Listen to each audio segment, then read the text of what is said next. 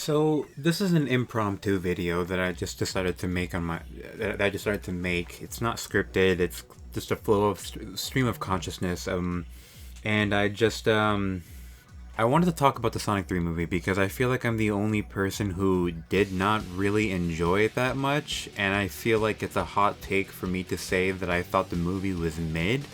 Now, when I say that, I feel like a lot of people will just say, "Oh yeah, this movie was mid" or whatever, and then will just like not elaborate or just say that it was mid for the sake of saying it was mid. But I do think that the movie was okay, and I had a lot of issues with the movie, and I wanted to see if I was the only one who had these thoughts or criticisms with it, because I really feel like I am. And I wanted to share my thoughts not for the sake of being a contrarian, but to sort of have a discussion about the movie, because I don't know, it just seems like the movie's getting unanimous praise across the board on the internet, and I really feel like it's kind of, I don't want to say unwarranted, but a little exaggerated. So I'll start off by saying that I enjoyed the movie. I really enjoyed the movie, and I thought it was a good time. There were some moments where the movie made me laugh. I found myself laughing. I can't remember any of the jokes now because I saw the movie about 2 weeks ago. But I will say that I, it got a good few laughs out of me, especially when Knuckles claimed that Tails resembles a Pikachu or Detective Pikachu, or when Robotnik made that fourth wall breaking joke with his grandfather, and I like the movie was funny. I thought it was pretty good, in terms of the humor. I'd say the action sequences, especially between Sonic and Shadow, were actually pretty good. I felt that they were very, especially when they both were in their super forms and they were battling it out. It was very Dragon Ball. It was very Dragon Ball-esque, and I thought it was just really, really, really cool. So that's kind of like, aside from that, it was nice to see Shadow on the big screen. I enjoyed seeing him interact with the main trio. I liked that there was a lot less human characters, and it was just, they got rid of the things that people had a lot of issues with especially with the second movie. So overall, it was good. I enjoyed the film for what it did, and I thought that it was a great improvement over the first two. But that is to say that I did have a lot of issues with the film that I'll talk about now. For one, I feel like we did not get enough Shadow. I really, really feel like we could have had more Shadow in the movie. Now you're probably gonna say, "What are you talking about? We got plenty of Shadow with his introduction at the very beginning, his backstory with Maria, him interacting with Eggman and his grandfather, and I think what's his name, like Stone, like Agent Stone or whatever." And like in the end, which is nice, but I really feel like there were just long stretches of time where we just didn't see Shadow. I really would have loved to have seen Shadow more, just following him along and seeing what his thoughts are and just his reaction to the modern world. It just, I don't know, it just didn't, I feel like we didn't get enough Shadow. Another issue I had with the film was its pacing. I thought the pacing was the biggest issue. Like, it was just a huge flaw of the film, because the first third or quarter of it was pretty good. We got Shadow's introduction at the very beginning, and then we moved over to what Sonic and Knuckles and Tails are doing, and then Shadow's causing havoc in Tokyo, and then we immediately head over there. And, and then, like, the pace is pretty good, but then I think after their first battle between Sonic and Shadow, the pace just slows way down, and it just kind of hinders it for me, because then they're looking for Eggman, and then Eggman and takes the trio to their base where Shadow was housed, and then it just kind of slogs on for it feels like forever, especially when Robotnik met his grandfather. It just, I feel like the part with Jim Carrey and Robotnik, just how they were meeting each other for the first time, I really feel like it just took so long for them to get to the point.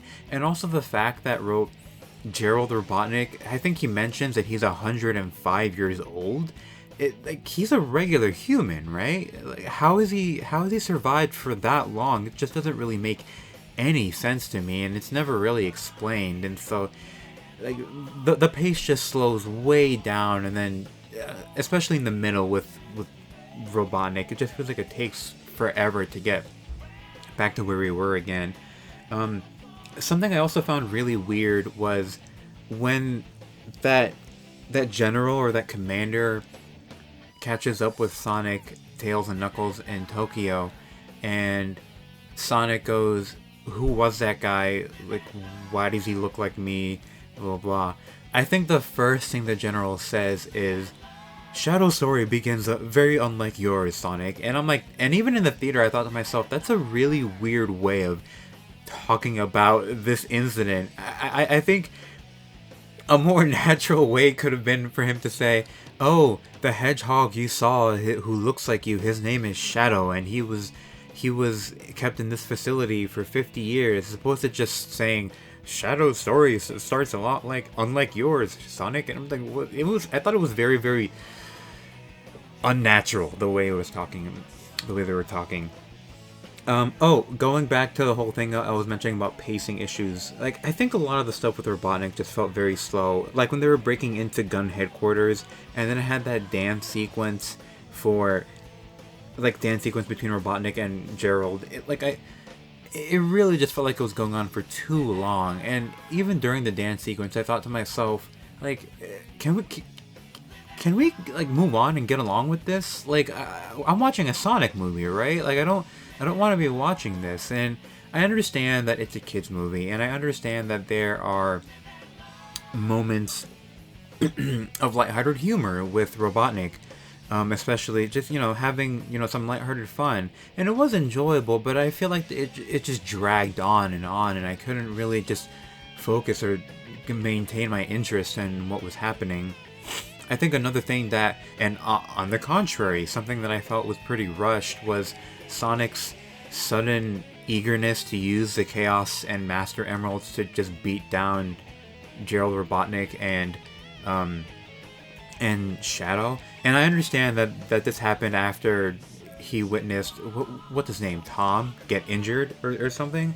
But like, I think that could have been explored a bit more, seeing Sonic suddenly get angry, because I felt like him suddenly getting angry like that is, I don't want to say unwarranted, but it just felt like it came out of nowhere. And I understand that the movies are kind of having a slightly different take on the lore than from the video games, but I don't.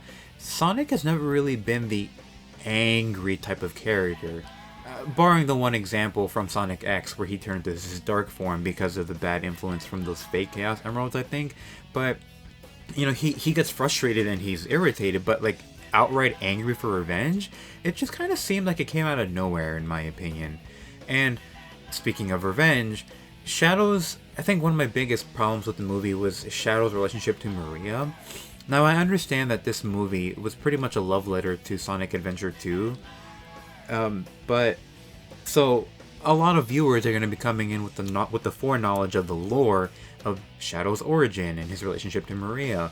But for one, Maria doesn't feel like a character in this movie. She just feels like a girl who hangs out with Shadow. Like, why is she in the base to begin with? And like, why does she decide to become friends with Shadow? And why is she not afraid of him? And like, correct me if I'm wrong, but like, Shadow's entire reason for existing is because Gerald Robotnik wanted to create a cure for Maria's illness, right? Like, isn't that why she's on the arc to begin with? And here she's just a girl on a base who just happens to start hanging out with Shadow, which, I guess develops a relationship, but I feel like it could have been developed even more. And I don't know, her line of "a star's light is always shining even when the source isn't there," like, I thought it was heartfelt, but also a little cheesy, because the moment she said that to Shadow for the first time, I thought to myself, oh, let me guess, I get it. Like, she's a star whose light is still shining in his heart, even though she's no longer there because she died. And speaking about her death, I kind of took a major issue with Shadow's origin and Maria's death in this movie, because, I'm not the most knowledgeable on Sonic lore, but Shadow was created, right? Like, he was created. But in this movie, he emerged from a comet that landed in, what, like Kansas or something? And when I first saw the comet in the theater, I thought to myself, oh, are we gonna get an introduction to, like, Black Doom and the Black Arms? But nope. He's just an alien that was in a comet and landed in the United States, I think it was, which is not totally out of the ordinary because in this movie it's established that the main trio are aliens, right? Sonic is an alien. But it's never really explained why Shadow emerged on a comet, landed on Earth, is a hedgehog who looks just like Sonic, has gloves and shoes, and has all these chaos powers.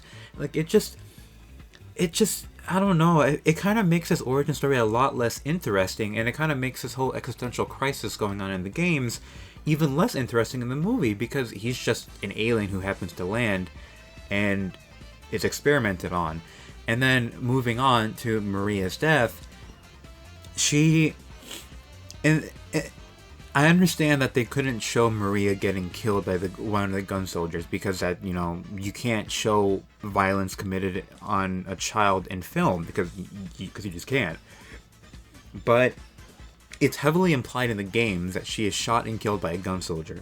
But then in the movie, they're gonna shoot them, but then I think the general stops the soldier from shooting at them because he says, "Stop, what are you doing? Like, that's a child." So the intent was still there, and it was gonna happen either way. But then by blocking the shot and having the shot hit a canister that's next to them and it explodes, I feel like it weakens Shadow's entire arc, because now the reason why Shadow wants to enact revenge on humanity is because he witnessed his only friend get murdered by a gun by humans. But in the movie, it's shown as more of an accident. It seems like her death is just an accident because she just happened to be near the canisters that exploded, rather than the direct result of another person. Do you get what I'm trying to say? And so, because Shadow has to reconcile that in the games, his entire arc of coming to defend humanity because that was Maria's wish, it feels a lot weaker in the movie because it's just more of, oh, she died from an accident, and I don't know, and yeah, so I don't know, just his entire story, or his entire arc of coming to that decision of I will defend humanity, and his entire sacrifice at the end, it just feels like rushed and not at all that fleshed out. And it just, because of all of that I've been saying thus far, when Live and Learn came on, or the rendition of it, it kind of felt cheesy and forced to me. It just didn't feel earned for me, on top of everything that I've said so far. And I was talking to my friend and he disagreed with me, and he said that no, it's Live and Learn, it's their theme. It just, I don't know, it just, I couldn't get into it. It just felt cheesy and forced. And that's also, how are Shadow and Sonic talking in space? I understand that Shadow is an alien who can teleport and exert all this force, but so he's breaking the laws of physics by teleporting around, but there's no oxygen in space. How are they talking to each other? That shouldn't be possible. And I don't know. So those are my thoughts. Again, I'm not saying this because I want to be a contrarian of sorts with the movie. If you enjoy the movie, good for you. You're allowed to enjoy the movie, but just for me, I don't know. I thought I didn't walk. People were walking out of this theater, I see online, saying that movie was peak. That was so amazing. And then I'm walking out of it it was fine.